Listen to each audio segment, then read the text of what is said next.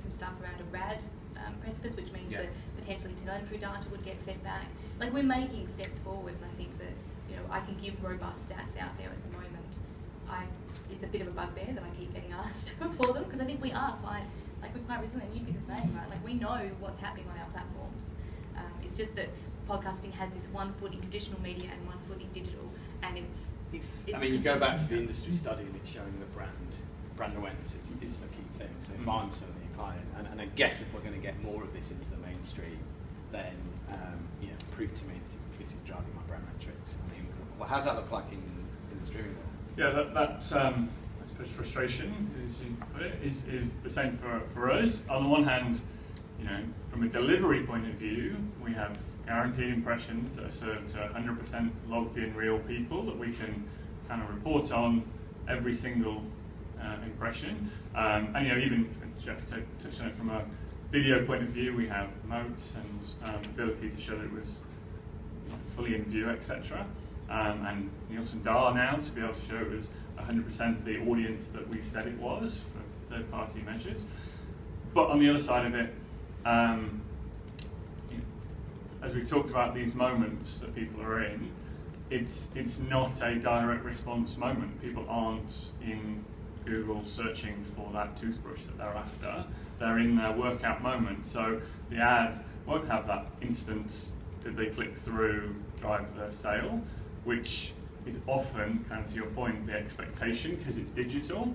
And so where we're focusing our efforts, because Spotify is definitely more of a brand awareness upper funnel mechanic. What brand studies can we offer? Which we do offer a range of brand studies to focus on the uplift, the brand uplifts that the ads drive. And then on top of that, we work with clients that do want to do a slightly more direct response style ad, and in using the data that we can supply to help them with their econometric modelling or however they currently measure their radio effectiveness, because we do hear a lot of how effective radio is, so we're happy to share the data to go into that pool. But yeah, it's certainly a challenge. It's probably our number one focus this year, to keep doing more and more tests and more case studies to prove the effectiveness that we know is there from reaching real people. And as campaigns strategies are evolving, so kind of away from spots and dots to more of the deeper integrations and the partnerships, are you seeing different outcomes when you start to do that? And I guess this is for streaming, it's for podcast, it's the whole thing. Because one would assume that's demonstrating a better brand impact. Yeah, I think ultimately it's just about those deeper strategies are based on deeper thinking of what am I trying to do and what's the outcome I want to get, rather than this is just another line item on a digital campaign. That all of that digital campaign, and this is not negative towards how people plan, but when it's just bundled in as digital, then there's an expectation that it's exactly the same as going to drive maybe direct response click-through outcome. But yeah, as people are spending more time with us and we're working more deeply with them, then the different outcomes are certainly being planned from the outset. I'm going to open it up for questions. So if you've got any, put your hand up and say who you are and where you're from, and far away. Don't be shy. At the front here, please. Hey, Vijay, Steve Ahern, Radio Info. Great data, and it's fabulous to see this progress for the audio industry.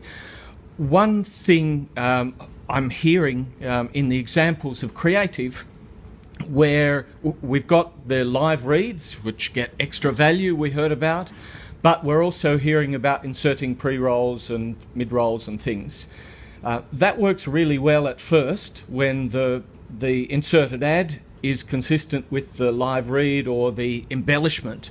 But what about in a year's time when that ad's been changed to some other client through Triton Digital ad insertion or one of those platforms, and then we've got hosts raving on for another 8 minutes about the ad that was there a year ago? How are we going to handle that kind of inconsistency in the long term? So, yeah. So I think the first thing is that there are a very small percentage of people that might be doing multiple types of advertising. So it's very unusual to hear, like, I'm really generalising, the 90% of podcasts out there that are not getting, 100,000 listens, etc. they're not doing a dynamic pre-roll or a programmatic pre-roll and like a live read. They might do a live read at the start and then maybe put in like a programmatic post-roll, for instance. So I think that is obviously something to be considered. The live read is interesting at the moment because obviously an advertiser pays for 4 weeks and they get a run of show kind of forever. We've got tech we're building that will let people mark like where that live read is, integrate with Triton Digital so that they can then later on pull it out, and that's where programmatic as a backfill opportunity comes in. So I think that's a kind of long-winded way of saying I don't think that it's a huge issue facing the majority of podcasters at the moment, and most on the larger end of town, like your CBSs, your SEOs, etc., have such a strategy around their audio that I don't think it would happen kind of accidentally either. The technology needs to catch up, don't get me wrong, but I think that by the time we get to the point where, because we're such a nascent industry at the moment, by the time we get to a point where adoption is not just experimental or regular in terms of ad usage, my hope is that we have done our job as tech players to catch up and get ahead of it. Does that help a little bit? Yeah. Okay. Nailed it. Great. Is everyone speaking on?